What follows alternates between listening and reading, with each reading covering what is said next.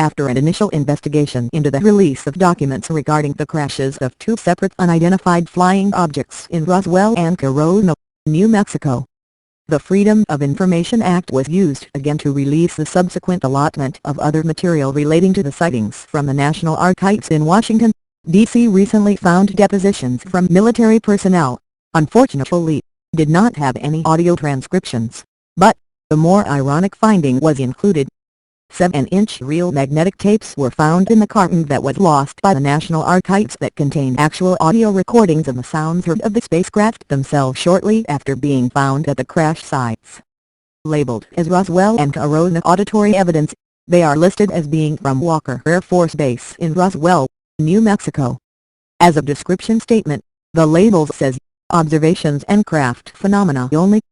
The military from Walker Air Force Base in Roswell supposedly witnessed a collision between the two craft that happened near the base in midair, that according to affidavits released with this allotment of material. What you are about to hear are those recordings, transferred to direct digital conversion.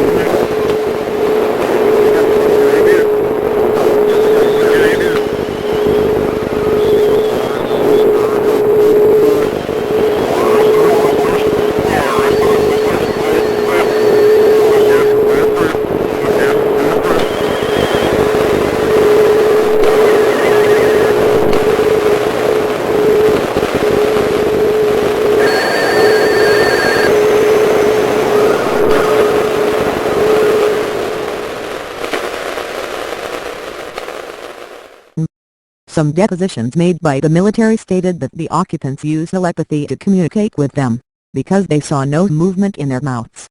One document received in the allotment from the National Archives stated the following: Corporal John Holden made the following statement to Base Commander Anderson.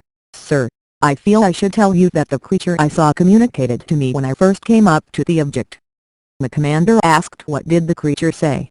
The corporal's answer was, I was told that they came in peace and did not mean any harm to anyone. It also told me that they had come with another ship that had also crashed some miles from there, but they had no communication with it since the crash. This would imply that there was no one who survived the crash itself in Roswell. Some additional statements that were made by this corporal were, I felt kind of uneasy around them, sir. The commander said, keep your mouth shut about this or any other feelings you have about them, Corporal. He answered an authoritative yes sir. In this video you will see some sketches that were made by those military officers who illustrated what they saw, plus other illustrations were recreated by military artists who were commissioned to reconstruct what was described to them from the military officers who witnessed the scenes. These illustrations were found in the recent release that had been classified under the Oath of Secrecy Act 1939. But, under the rules of the Freedom of Information Act, these materials that were lost for almost 70 years have been found and released to the media and general public by the United States National Archives for the purposes of total disclosure of the known and unknown facts surrounding these objects and the occupants who were found with them. Because of threats made against them, the officers who were witnesses to these events have been silent all these years, but, now some, who are still alive, are coming forward to tell what they saw. It is not clear who might be trying to gain from this for profit and those who are sincere in their wishes to tell what they actually saw. Of all the material found, the most incredible visual record is what we are about to show. It shows the actual material that was recovered from the McBrazel Ranch that was blown to the Wright-Patterson Air Force Base for study in 1947. This footage has never been shown before on television or the internet. What you are about to see will inspire you to think about the events again that occurred in 1947 in Roswell and Corona, New Mexico. If you never believed it before, you will now.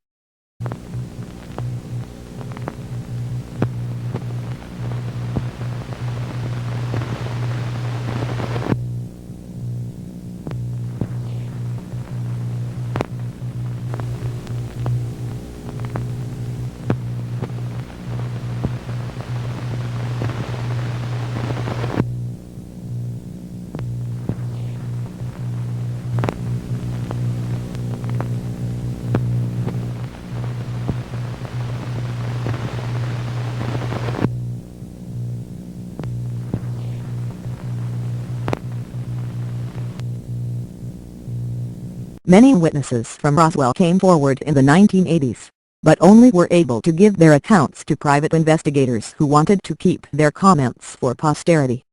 The government itself has denied, refuted, and harassed them since 1947 because of the sensitive nature of this subject. The Air Force continues to insist that unidentified flying objects do not pose any threat to the United States security and those do not warrant any further investigation since Project Blue Book was closed in 1969.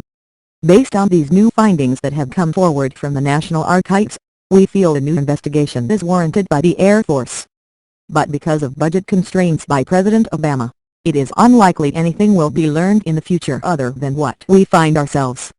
This completes this report, released under the stipulations of the Freedom of Information Act disclosure agreement made with the National Archives in Washington, D.C.